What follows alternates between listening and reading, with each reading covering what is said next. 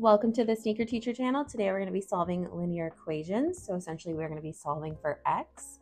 So first thing I want to do is get rid of my parentheses. So I'm going to distribute the -2 and the -5 into each of those parentheses.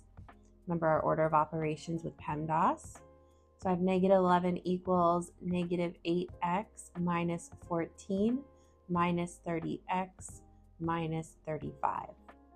From here, we're going to combine our like terms over there on our right side. So we're going to combine our x's and we're going to combine our constants or numbers.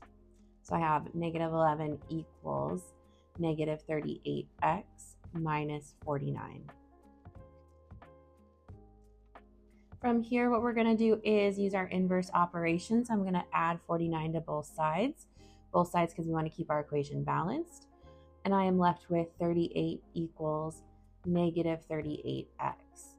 I'm going to use inverse operations again here. So we're going to divide by -38 because we want to get our x by itself on both sides. And we are left with a -1 for x. A negative and a positive changes to a negative. And I'm your Sneaker Teacher. Thanks for watching.